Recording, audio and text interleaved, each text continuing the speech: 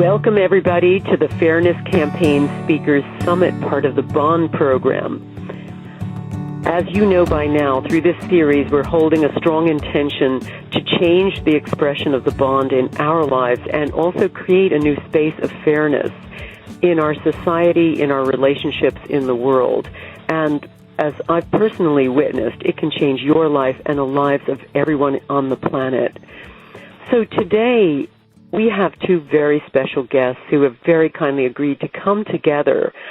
Both of them have their own distinctions and their own similarities in the sense that they are both heat-seeking missiles who go around the world spreading peace and providing very interesting and new ways to bring about peace.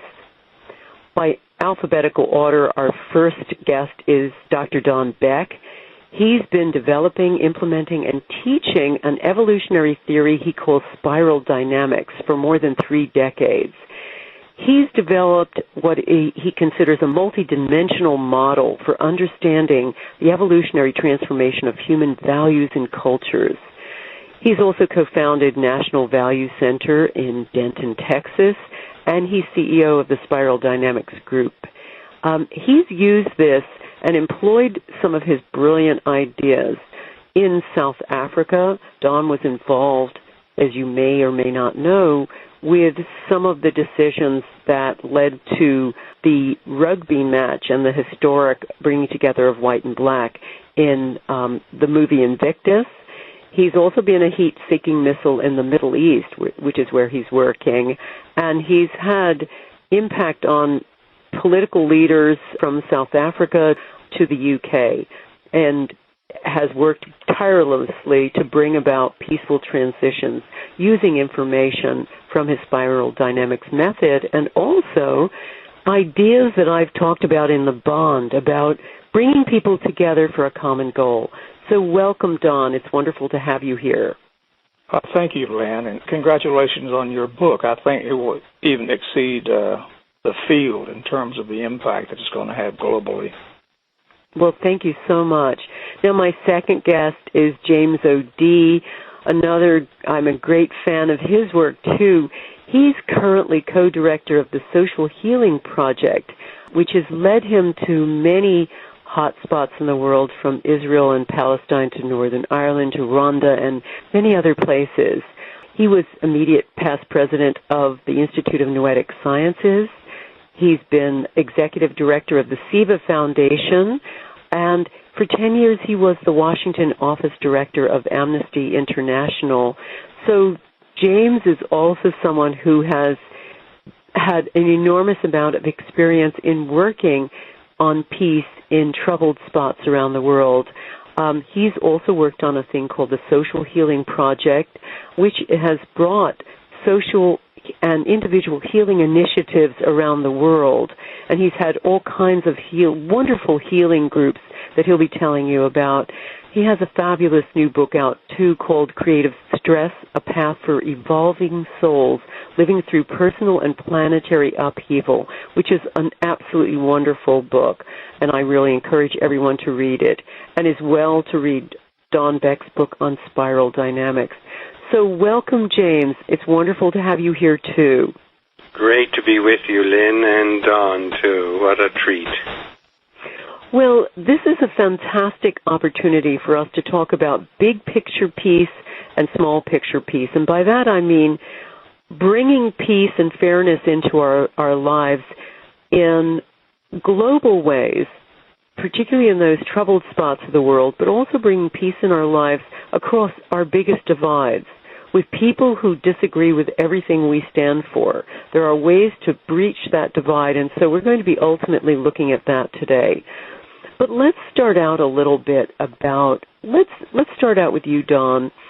Can you talk to me about some of just model for us, if you will, some of the ideas you've had about and that you're attempting to use in, say, a place like the Middle East now, because you've been doing a lot of work there. What's the basic model for trying to bring, say, the Palestinians and the Israelis together? Well, what we've learned, and I work with Elza Malouf, who's from Lebanon. So I have an Arab voice and face, and they call her a sister. So I don't just go in alone. I'm always, in the first place, interested in who goes with me, because the key is to be able to win the hearts and minds and confidence of people who often see people like us as threatening or alien or in some way disruptive. What we've done there and what we hope to do in the very near future is shift the whole peacemaking process away from negotiation. It's clear that that's a very powerful model in certain contexts, but after how many years and how many attempts has it failed in the West Bank?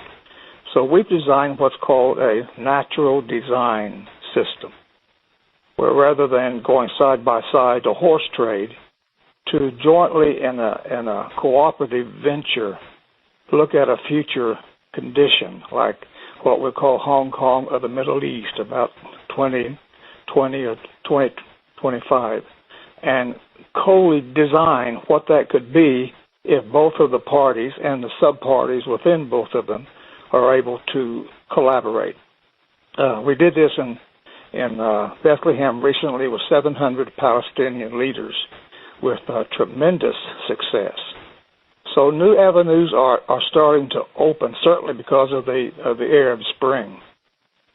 Mm-hmm. But when you say the Hong Kong of the Middle East, what do you mean by that exactly? A future vision, because certainly Israeli business acumen is tremendous and high tech. Palestinians are excellent at sales. So if Israeli business bonded with Palestinian sales gives you access to the entire Middle East into a win-win-win configuration. So taking a side view of a culture and seeing the value structures and the social architecture is critical. So many people think that they can simply build over the Great Divide and sign a conference, have a photo opportunity, and then go back home and try to sell it to people.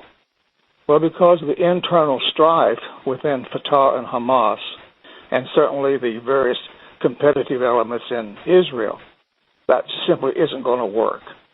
So rather than have politicians sign a document, our whole point is through natural design processes where there's understanding and superordinate goals is really the key to long-term peace, because we have to look at preventing as much conflict as we can and reducing it when it happens, but then we have to plan the afterward. Failing to plan the afterward means things get unglued in a hurry and all our efforts are wasted, and it's kind of hard to keep mobilizing people when that occurs. Lynn, it's not a 1 week or 1 month or 1 year activity. It's a long-term process, and I've observed what James has done over the years, but with his ability to deal with a lot of the anger and the fear which often happens, as necessary in making those kind of connections. So I think I'm an architect designer more than a harmonizer. Right, and by superordinate goal, I talk about this a great deal in the bond. I know you were a student of Mustafa Sharif, who I mention in the book, and his wonderful Robbers Cave experiment where he took two groups of boys. They engineered in a summer camp a great deal of rivalry to the point where the two groups were really beating each other up and, stealing each other's stuff. And they then created a series of crises in the camp that could only be sorted out by the collective efforts of all the boys involved. And this created the bridge across this divide, and they ended up becoming really good friends. So by superordinate goal, you mean a bigger goal than can be accomplished by individual efforts, and so it requires the collective efforts of everyone involved. Is that right? And also a kind of pragmatic element, which is what you're talking about here, too. It's a goal that both groups need to achieve, but neither group can do it unilaterally.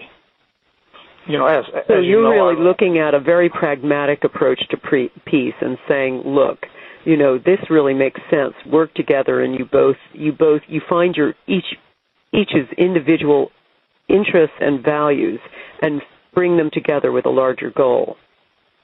Yeah, as you know, I wrote my dissertation on the American Civil War, and since it's timely because of the 150th anniversary of the firing on Sumter, and I said in the book there's some things which you ought to do. Maybe we can start a war with Great Britain as a common enemy, or maybe we can see Western development, as a common objective for both. So I think it's possible, even in conflicts which a lot of people think cannot be resolved, the very skillful, practical use of these kinds of things that matter to people, I think is the way to go with it. Mm-hmm. Mm-hmm. Well, we'll get to that, and we'll talk about specifics relating to America shortly. I'd like to welcome James in on the conversation. James, you've had a very different approach. Tell me about some of your efforts working with some of the more difficult areas and areas of great conflict in introducing peace. What's the nub of your approach? I think the nub is that we move from a modality of right versus wrong to wounding and healing. So we begin by sort of looking at perpetrator-victim entanglement. And we look at the sense of trying to understand who the perpetrator is. The perpetrator being someone who is injured by the shadow side of their own development, or someone who is transmitting an unhealed wound of victimization themselves. So you've got those two aspects of the perpetrator, and then the victim. Who is the victim? The victim is really someone who must participate in their own healing, and with help and support of others, recover their own power. So that's essential in this work, is to, move out of the sense that they're always opposites, but that in fact they're deeply entangled, and then to draw them into dialogue. So the key modality here is a dialogic approach. What we're really trying to do, Lynne, is move all that we've learned in mind-body health and begin to look at it, and integral medicine, begin to look at it in the social body, in the social field, and to see the transmission of wounds intergenerationally, and how we stop that, how we interrupt the pattern. So it's a deep pattern interrupt kind of work that we do. And I think that, so healing is a key modality, and the capacities then that are required in the healing. Remember, in the old story of medicine, we went to the doctor and we said, doctor, I've got a problem, fix it. Give me the pill, give me whatever it is, do it to me. And, yes. Now the doctor says, well, first of all, change your attitude. Go inside and change your relationship, because you're going to have to participate in your healing. It's identical to what we're trying to do then in the social body. How do we participate collectively in that process and begin to see what it is that's really repeating itself completely in the social body? It's either this pattern of perpetration that's transmitted, or it's the victimization. And sometimes the victim wound is almost treasured. It's hallowed. It's passed on as a sacred duty from one generation to the other. Carry our victim's story. That is something that we deeply move into. And so when you get into that, then it becomes, there is the right versus wrong, but it's the truth. Who's telling the truth? Are they telling the truth of our story? Mm-hmm. And so as we saw in South Africa, truth, reconciliation, and forgiveness is a key part of the story, but you'll never get to the truth if it's a truth about facts and data and historical dates. You go to Northern Ireland, my goodness, the dates go back, to William of Orange. And who's, in Israel, the constant argument over 48, 67, 73. And that truth, there is, of course, some linearity to truth that you need to get some basic facts together. But what happens, Lynne, is when you begin to open up the truth of someone's experience, and then the other party has an opportunity to hear the truth of their experience, something happens. We know it happens between individuals in the limbic field between them, the resonance that occurs when you recognize, wow, that's exactly how it happened for that person. And right. Something in your own body, it's both science and mystery. We begin to resonate with the frequency of truth. We recognize that level of truth. That begins to really open the field and open the story in a very dramatic way when you can hear the truth of someone's experience and be heard. So we have some fundamental need to be heard. It's a primal need. Do you understand what it was like for me to be in that situation? And when you feel heard, then that circuitry begins to operate. What we want to see is that circuitry then move in groups and larger groups and in the social body.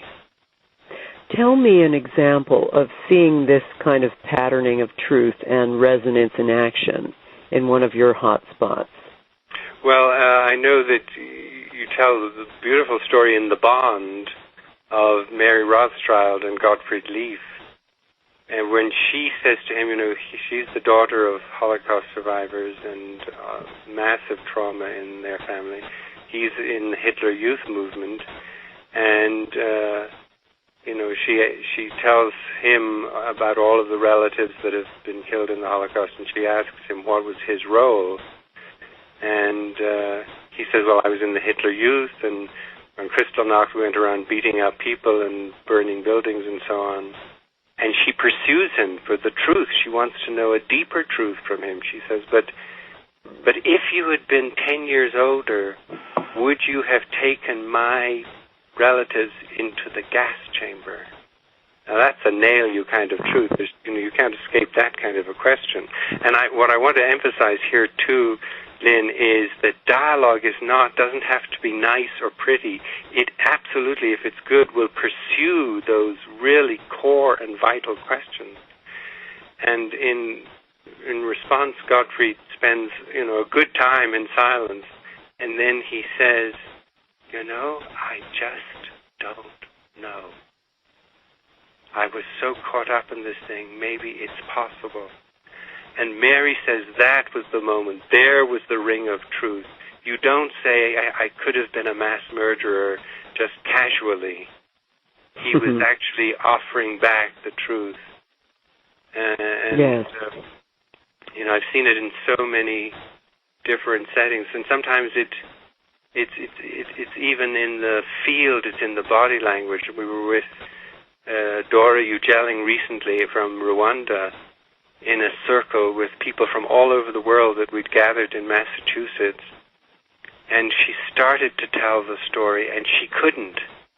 She just simply could not get the words out. And then she bent her head over, and then to give herself relief, she lay down on the floor. And Belvie Rooks, who does racial healing, saw this, and the only response she knew words couldn't get there.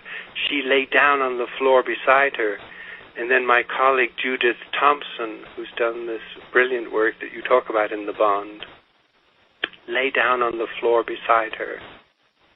And Mona Palaka, one of the 13 indigenous grandmothers, came over and simply very lightly, did a very light and gentle word of blessing. And to me, that was social healing. That was communing together. It was even beyond words, because the words were too difficult to say. But somehow the communion of feelings that we're together in this lifted the moment. So it's a multidimensional approach, really, Lynne. Well, I think what's so interesting to me, listening to both of you, is that you're both saying, let's get out of the old box of negotiating, giving a little, taking a little. So that's really basically an adversarial approach. And with you, James, you're talking about moving away from, again, adversarial, trying to work out who's right and who's wrong. And yours is more on an interpersonal, one-on-one, finding the connection between us, finding the bond. And yours, Don, is more societal, saying, look, let's get to the bond of pragmatism here. Let's find what we all need and work together on it. And then those differences will disappear in the pragmatics of it. So I think you're both working out of a sense of the bond, and the bond is, I think, moving us away. This idea that beneath everything, even the greatest divide, we have this almost involuntary connection, gives us a way forward. So let me come back to you, Dawn, about, okay, so we've got, you are doing amazing work in the Middle East, and you're finding all sorts of things that you can use superordinate goals to move things forward. What about America? Here we've got some of the greatest divides in our history. We're at our most unfair. We've got 1 in 39 people in America is a millionaire, and 39 million people live below the poverty line. And we also have, an outrageous number of people out of work. We have people feeling they're paying higher taxes. We have people losing their homes, while other people are getting record bonuses, even though they're getting bonuses for the recession that they helped to create. We've also got the biggest divide I can think of political divide and growing. So how would you start approaching things? I know that's a big question. That is a big one. I just love hearing James speak again in his very gentle way. Well, I've looked at this problem in this country for some time. I was at 10 Downing Street with the Blair people recently when he was Prime Minister on the so-called third way, which is growing an understanding of a political space beyond conservative, liberal, left-wing, and right-wing. And the Dutch in their governmental system have incorporated many of these concepts now. So I think we have a political system that by nature is adversarial. It's part of our checks and balance process, even though political parties are not in the Constitution. The trouble is, if we have a problem, then we need a conservative. If we have a conservative, then we need a liberal. So now we have two spaces for the political class. And so our entire system today looks in this kind of bipolar way. And I hope the day will come when a generation of leaders will be able to move between these extremes. But they have to be able to solve problems, and that's where we try to get engaged with them. Not understanding how value systems and capacities contribute to the lifestyle of people. We tend to, in a very superficial way, overlay on top certain kind of commandments or conditions, and this is why we still have the race issue here.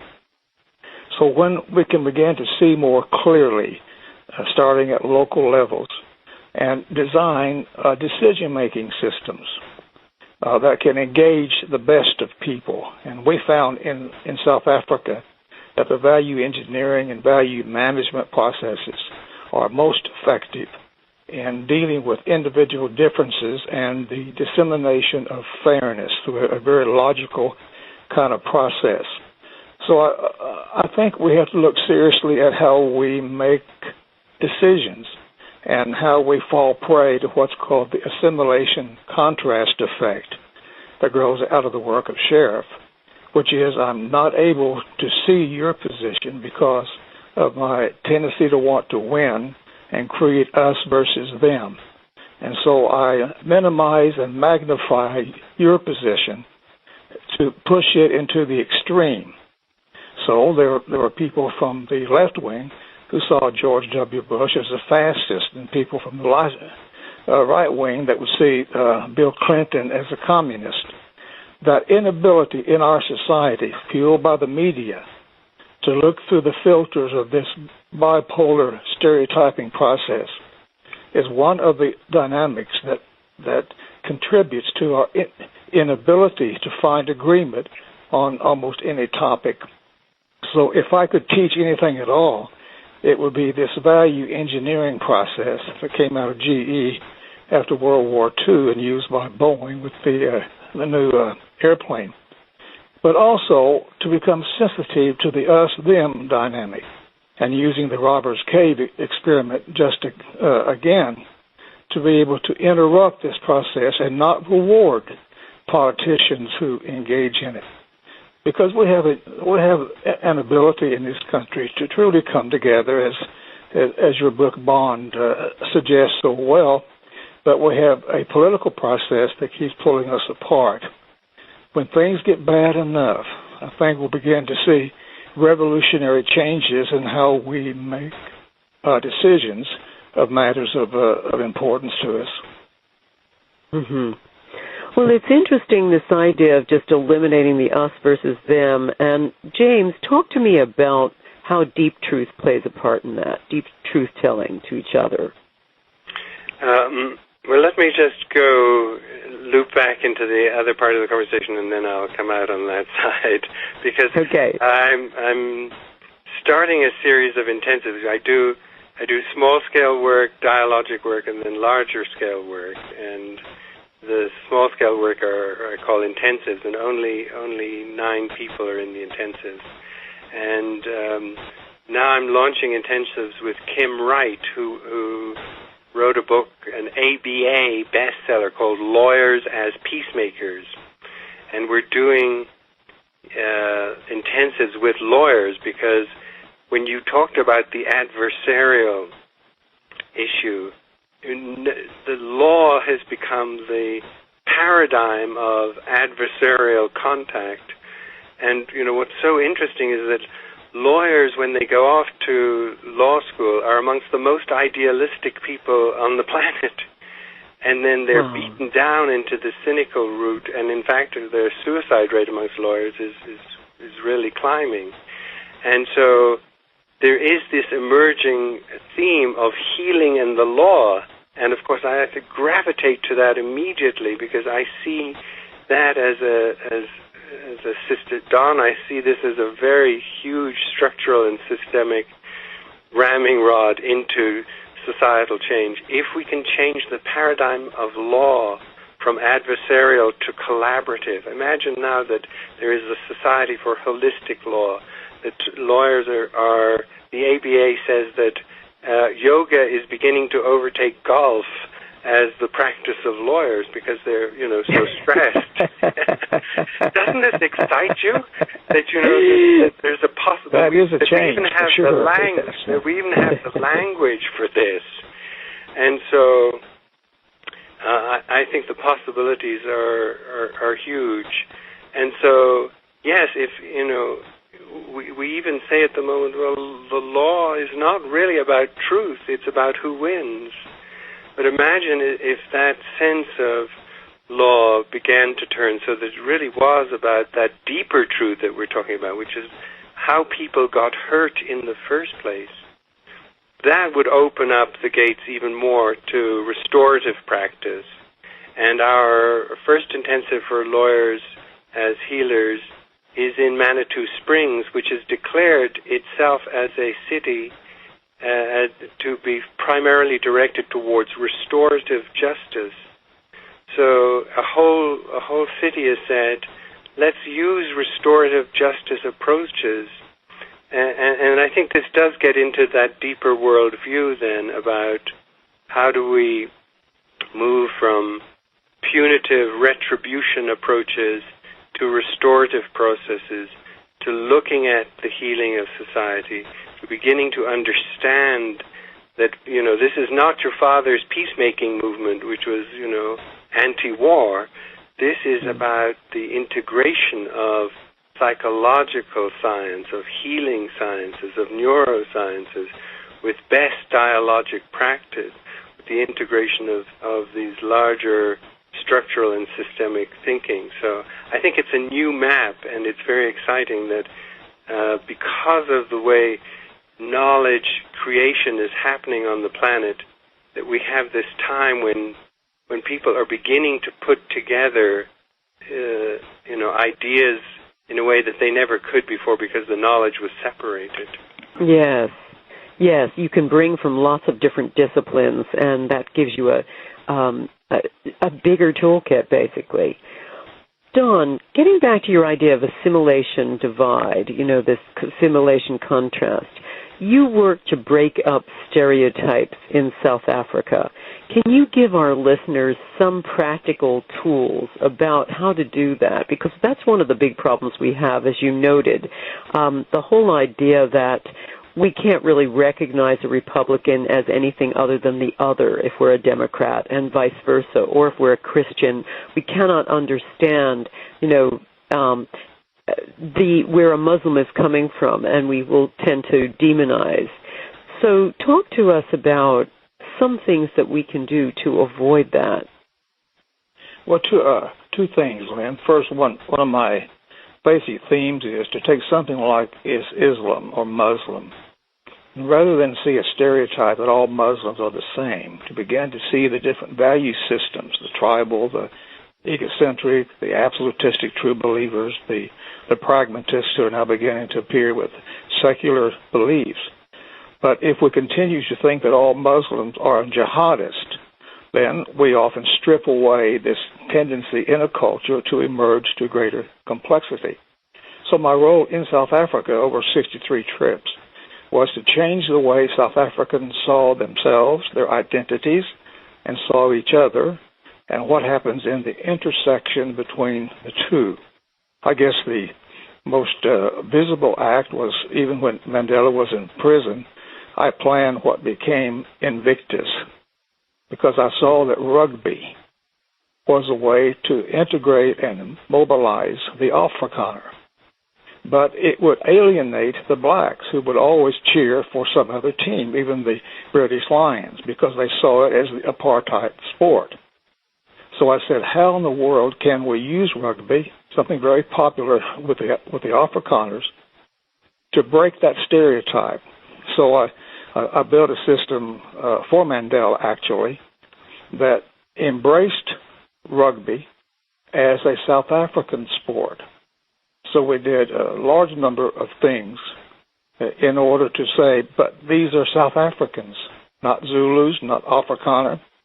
And so the whole nation rallied behind this particular belief system just a few months after Mandela became president. So I looked for early the possible superordinate goals. But then we had to do things with the rugby team, taking them to black townships and doing a host of other things in order to shift that focus away from rugby being the apartheid sport to rugby being the South African sport. It was a pretty sophisticated effort, and it paid major dividends for President Mandela. So it's possible, when you spend enough time in a culture, to begin to identify those integrating superordinate goals, and over time to win the friendship of people. So a moment occurs in time when the door opens to begin to use this particular approach. So that's probably my crowning joy in South Africa over those 63 trips. Right. So once again, it's just finding that common goal everyone can participate in, Republican or Democrat, Christian or Muslim. And of course, we've seen that in America when, with 9/11, we saw people coming together out of tragedy. If you were going to pick one superordinate goal that we could all pull together on, what would it be for the states, for America? To carry the American dream to its next level of complexity as universal belief systems, not just red, white, and blue, but a characteristic of human nature, not bragging about it, but advancing it and living it ourselves. I think that's the most important shift that can occur. And it really needs to. Otherwise, we may suddenly become anti-China. And the horror. Well, that is an interesting. That's an interesting thought, Don. I mean, one thing that's really interesting to me, because I've been looking so much at fairness, is a very little publicized fact that I thought was extraordinary. There was a study recently looking at and asking. I mean, this was like hundreds of thousands of people too, asking them, Republicans and Democrats, to design the best the optimum wealth distribution that they could see for America. And the fascinating thing about it was that members of both parties designed something almost identical. And it wasn't a snapshot of current America, which has got huge divisions between rich and poor, but it was something that resembled an income distribution in Sweden, which is one of the fairest societies in modern Western cultures, and something also, dare I say it, that is much more akin to socialism than we are in America. So I was fascinated by the fact that when it comes to a goal in terms of wealth distribution or an ideal, people all tend to have the same ideal, no matter what background. James, what about you? What were you going to say? Go ahead. It's ironic that both parties have moved closer to the center. That's the reason why they appear to be bipolar, to move to the extremes, to differentiate themselves from the other one. Otherwise, they sound just alike. And so our political system doesn't allow collaboration like that because they want to be reelected. No, exactly. And then that just emphasizes it. Yeah. James, on an interpersonal level, for individuals, how would you help them to break up these kinds of stereotypical ideas and blame game stuff? I think, first of all, we have to help people become comfortable with the notion that conflict is neutral, that conflict is a part of evolutionary process, that it's not a negative in itself.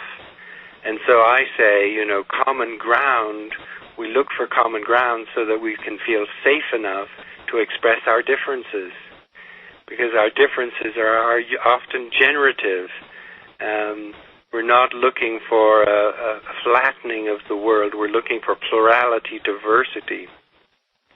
So that's a sort of starter. And then these capacities, one just learning basic dialogic skills. How do we listen deeply to others? How do we practice heart-centered listening? How do we, how do we do forgiveness work? Forgiveness is so important, and it's the basis of releasing the blocked energy of the past and giving you that current to move forward. So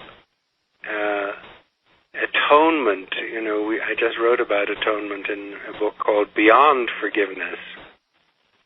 I look at Australia and I see the tremendous work done in atonement at the public level of having a national sorry day for the crimes against the Aboriginal people. That again, you can take this individually, Lynne, and then you can work it all the way up through the social body, so that now school children, every year do exercises and practices around and paintings around, sorry for what was done. And I think that reframing of history can come through, looking at atonement as a creative process. My essay is called Creative Atonement in a Time of Peril. That, atonement has that Methodist ring to it of, okay, we should all, wear gray and be sad about it. But the reality is that these things like forgiveness and atonement are arterial to creating change in the larger social body. So I think it is a capacities issue, and as one Catholic theologian said, it's a time of dialogue or death. We have to learn these dialogic skills. And as you talk about in the book, The Bond, the women on either side of the abortion debate in New England hurling stones at each other, publicly humiliating each other. And when they're brought into dialogue, they don't change each other's ideas. What changes underneath them is the ground of being, is that the common ground that they have as people, where it is then safe enough to say, I really disagree with abortion issues or pro-life issues, but that doesn't change the nature of our human experience together. That's really growing up as a society, I think. Yes, that we're allowed to disagree without name-calling, without belittling, without thinking lesser of the person. And we just recognize, just running through quickly, James, a few of the mainstays of dialogue, of Bohmian dialogue, as David Bohm, the physicist, developed it, to create a new way of speaking that moved beyond belief, individual belief, to a deeper meaning. Can you run through a couple of those rules of engagement for everyone? There are different kinds of dialogue, and I encourage different approaches to dialogue at different times. So the Native Americans have a Native American talking circle of sitting in council. And in that particular form, you really speak what's on your mind. You can go all the way into your passion. And the key to that dialogue method is make sure there's enough time. Clear the decks. Don't just try to cram it into a few hours, because it's not going to work. Because there what you want to do is to have people speak their wisdom and speak their truth and let it be heard by the group. There's another approach called appreciative inquiry, where you're holding a question as a community. How can we, in fact, get beyond this backbiting and this belittling of each other and so on? So let's say that's the theme. The appreciative inquiry approach is then to listen to the person who's before you and try to find in what they're saying one aspect of what they're saying to appreciate, to build upon. So it's a process of dialogue that is always building upon what has been said before. That in itself is a great practice, to try to appreciate even when you have a difference of opinion. Well, at least I can appreciate this. And then the Bohmian dialogue is an even more challenging practice, because in a sense what Bohm is asking us to do is what Coleridge asked us to do when we stand in front of a painting, to suspend disbelief, to suspend the operation of judgment, to move out of the rehearsed mind. So it's not a debate format. In a debate format, you're listening, but you're also internally preparing your response to the other. And debate can also be good, but in Bohmian dialogue, he's asking us really to suspend the rehearsed and conditioned mind, to just absorb the field of truth of the other, and then when it comes your turn to speak out of that field, to speak out of that collective intelligence, to even make it news to you as the words come through your mouth. Wow, what am I saying here? It's fresh, and it's got originality to it. So I think there are lots of frameworks of dialogue that can work for particular issues. Sometimes it really is best to use that counsel approach, sometimes the appreciative inquiry, sometimes the Bohmian dialogue, and so forth. Yes, yes. For you, Don, what would be one of the most important aspects of fairness you think should be introduced into American society and between Americans, particularly Americans who are on opposite sides of the fence on issues? Oh yes. Well, when we're in this kind of setting, we encourage people, number one, understand why they hold those positions. So I sort of detoxify history. And so it's logical if I believe X, Y, that I'm going to do Z. Can we now engage in a process of understanding why we hold different worldviews? Where do they come from? What is it that creates the glue of a bond? And what is the internal DNA in the bond? And what's the nature of the perimeter, the boundary? Is it rigid or is it open? And what happens in the relationships between bonds? And when do bonds begin to shift out of their original belief structures, like from tribes to nations? And what's that process actually like? Or from nations to world-centric? What will that process be like? So I think the first is understanding the processes which engage a bond. But then second, I spend more time in getting people to do things together, to construct things together, to build things together.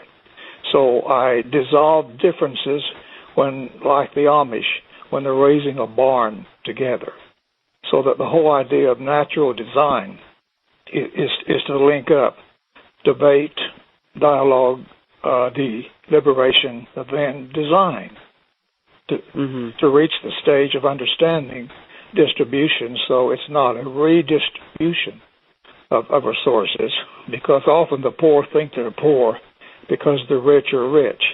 And if they can understand what is it that creates abundance in a society, and to duplicate those particular processes. Now we're working on a big project in North and South Dallas, where historically there have been major race issues. But simply building new structures in South Dallas and pouring in money doesn't create what everyone wants to happen. There must be the understanding of these deep value structures and processing systems, and how often they are toxic. So the key then is the emergence of complexity in South Dallas, using resources from North Dallas and elsewhere in order to fund them, because it's in the interest of North Dallas for South Dallas also to develop. And you say, when you mean by emergence of complexity, can you explain what you mean by that? Well, the value system map that I have has what are called tribal purple systems and egocentric demagogues and a feudal age kind of predation, which is what we found in the West Bank. That what's next for that system is not a basic human relations approach. They have to first standardize and move into what we call a blue zone, where there's discipline and responsibility. Until that happens, we're pouring money down sinkholes. So finally, a lot of people are recognizing, indeed, there are deep value structures in countries and communities. And so by addressing those processes that increase the complexities in South Dallas is what we're recommending to the new mayor who was just elected. So it's a developmental issue in South Dallas that's important. You're talking about development, just evolving as a society, and that there's a kind of, just for people who don't know Don's work, his spiral dynamics is about evolving cultures and how we go through various systems of complexity. Now, what about us in our neighborhoods? I mean, American neighborhoods have collapsed in the main, and I write about it in the bond, about how the rich are hiding behind gates in gated communities, and people are less willing to interact with people of a different ethnic background than really before. I mean, it's becoming a problem that's worse. Now, people aren't joining. Certainly Robert Putnam talks about this too. What would be your views, James, about trying to build peace and bridges in neighborhoods? What a great question. I love the work of transition towns, and here in Crestone, Colorado, we started a transition town. I know the movement started by an Irishman, but it took hold in England, and there are now hundreds of transition town operations, movements in cities and towns across the U.S., and that process is essentially a dialogic one. It's very similar to some of the work that Don has worked on in terms of people coming together to share what are our core values. And but I think the underlying question is still, how do you get everyone to the table? You get them to the table often by that looking at the local issue of the water supply, or are they going to do fracking for gas in our community? It becomes, in some ways, a selfish interest. It's what some people refer to as the world going global and local. That we have to recover the local. We can't. We're irretrievably going global, and that's good, but not at the expense of the local. And I think that's it. It's finding that common interest locally, the air we breathe, the water we get, the resources we have, the quality of our food. Rich and poor alike are beginning to look at more and more what's in our food, how can we have locally grown food at an affordable rate. And inside of that conversation is what we refer to in the peace studies area now as building the culture of peace.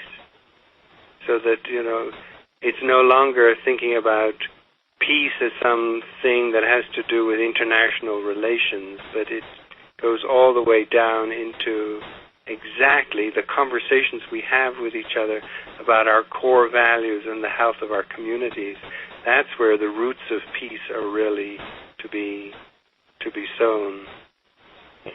I also think that really just even working with people in some basic ways around listening, that I've found that people think of listening as a passive activity.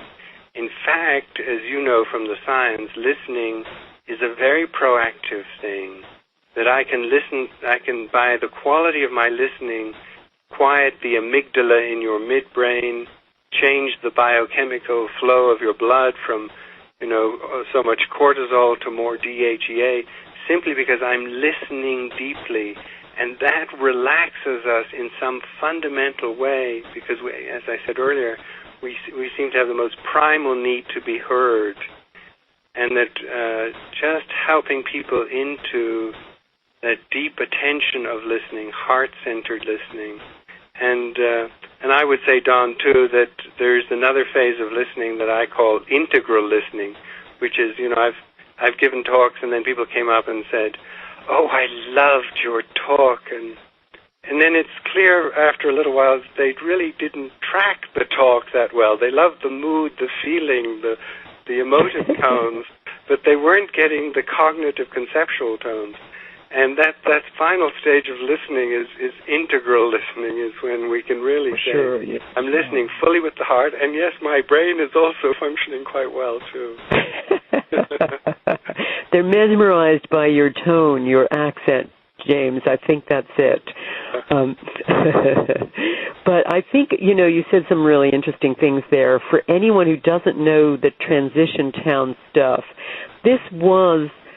it's a concept that emerged from the work of Rob Hopkins, who comes from none other than Totnes, the UK, and he is a permaculture designer who asked a fundamental question: what are we going to do when the oil runs out, basically? And he thought, well, hey, let's make this local. Let's create all of our needs. Let's create situations where all our needs can be met locally, because everything we consume and everything we use is either made from oil or we need oil to get it to us.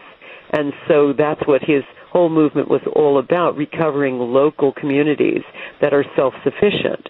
And so that's a very interesting superordinate goal, basically, which is to, really look to the time past oil and oil stores. What about you, Don? What would you say would be some good a local superordinate goal that might get Republicans and Democrats together. So my listeners of either side, if they want to come together with people who are different from them, what would be some ideas that might lure people of both sides together to start working together? Well, I recommend that every community have a vital signs monitor. A vital signs monitor, it could be at a hospital or city hall or something, tracks the critical dynamics, crime rate, healthcare rate, other kind of things in a community using GIS technology to overlay it on spaces. So there is an awareness of what's really going on. And you build the information system to detect the weak signals or the early signs of trouble starting to develop. And societies that do this now all of a sudden seem to have solutions to their crime problem and to their school dropout problem. So what I recommend, first of all, is to really get to know your place, your society, your community, and be able to read its heartbeat in terms of these vital signs, and with city managers or others who can use daily issues, to mobilize, to integrate, to head off problems by being able to read the culture of the community. So I'm finding more and more societies even putting in what we call summits on the child, and then we bring together all the reportage stakeholders who know something about children and overlay these on neighborhoods. So this kind of information system that we've used in Iceland, which is a very innovative project to dissolve differences in common planning. Not just the experts, but in Iceland we had a cross-section of Icelanders. We had 1,200 who didn't know each other, who met and did some wonderful work, and that has ultimately produced a similar activity in governance, and it's breaking out all over the place, even in 6th grade in schools. So to build a tradition of solving problems in a proactive kind of way, I think really is the key to it. Mm-hmm. Do you think it's time, either of you, if we were going to come up with one superordinate goal for America, or one thing that people could try to create in their local community that might go viral, do you have any thoughts about it? Is it time for us to have another Roosevelt-type works progress administration, WPA project? Is it time to do something like that, or is it time to create something that really moves beyond political parties and encourages people to stop using us versus them in any kind of their languaging? Any thoughts about this, James? I think the conversation around what is our true wealth and the health of communities. I love the vital signs as that. I think that going viral with the vital signs of our community is wonderful. But we know that, yes, there were a considerable number of new millionaires added to the rolls of millionaires last year, when a lot of people were not doing so well in the United States. And yet, as we know in the science and in the health and epidemiology of this, that in fact wealth does not produce health and well-being. And so I think there's such a core distortion of the myth in the American dream that it's about getting ahead and getting wealthy, when in fact somehow if we can focus that conversation on what is the real wealth of our communities, and those indicators of what would communities come up with as the indicators, as the vital signs of the wealth and health and well-being of their communities.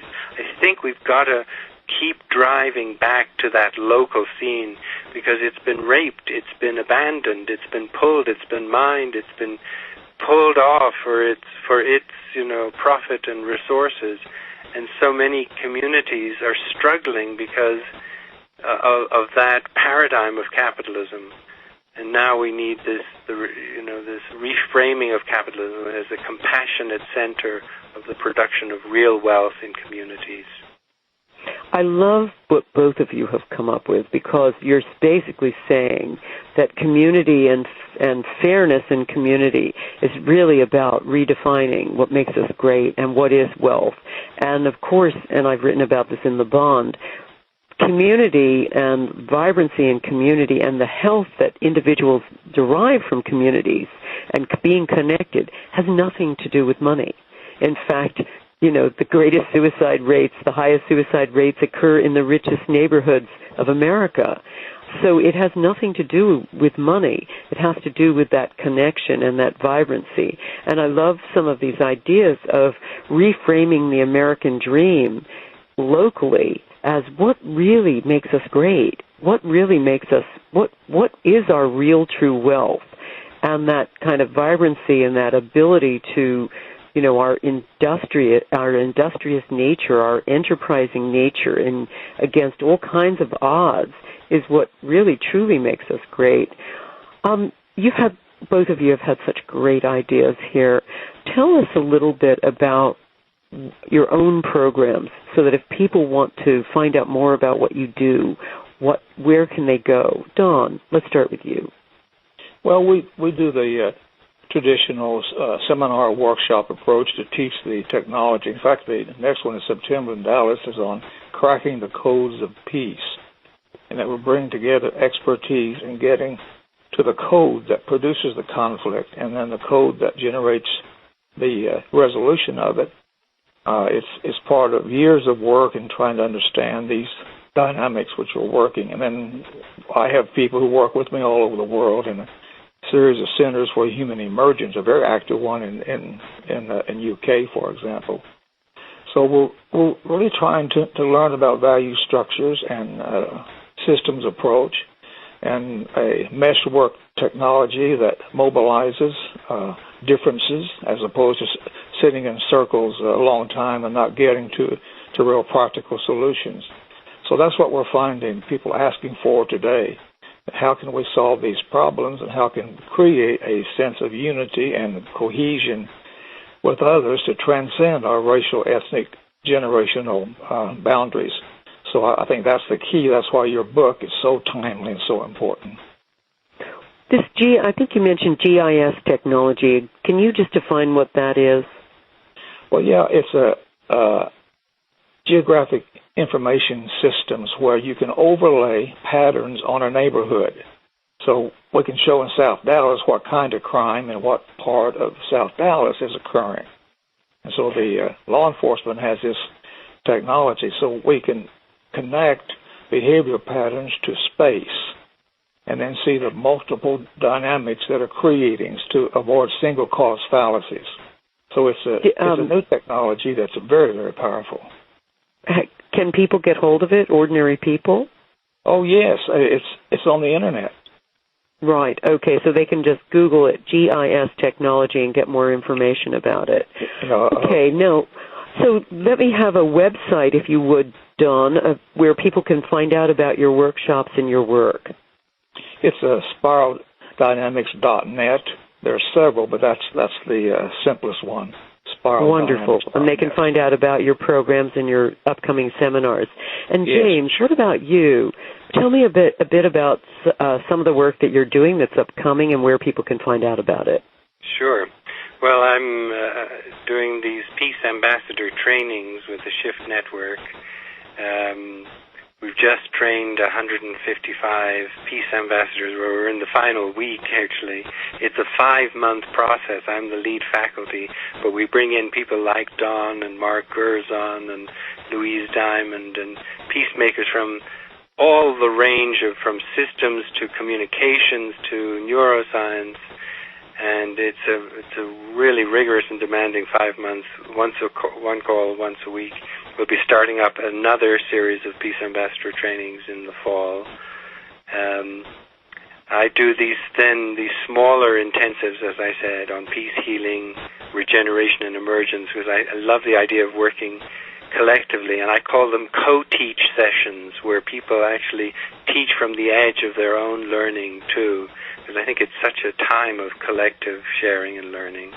And for those who are lawyers, as I said, Kim Wright and I are launching a whole series of intensives for lawyers on healing in the law. And then, I do those larger scale initiatives like the World Peace Festival in Berlin this year, which is a wonderful enterprise because it's launching a whole program that will be sort of measurable and to be followed up for the next Peace Festival in 2 years' time. And I think that's a very exciting initiative, together with my ongoing social healing dialogues. And my website is jamesod.com. That's jamesodea.com. And that has my schedule and numerous ways to link up with this work and join the intensives. And thank you so much, Lynne, for your wonderful work in really spreading these new memes, these thought forms into the world, and then bringing them down, as you do so ably, then into practical, manifest behavioral change, intentionality to bring on the changes that are occurring. I sometimes say to people, I think the world is having a heart attack and it's giving birth to a new humanity. I think that's true. I think that's true. Well, thank you so much. I'm going to give you both a final word. This has been a brilliant, brilliant hour, and you both are doing so much fabulous work. One final thought, a positive thought to give people out there about peace in their lives. If you're going to give one little bit of advice, what would it be, Don? One final bit of advice. Well, my classic statement is no more prizes for forecasting the rain, only prizes for building the ark.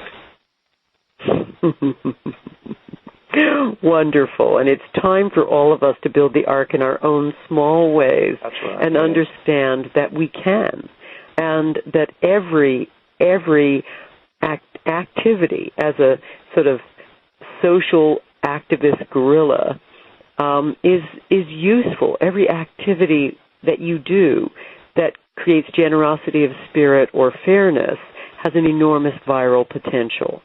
James, one final comment from you. Yes, a little quote from the Earth Charter's preamble. We stand at a critical moment in Earth's history, a time when humanity must change its future.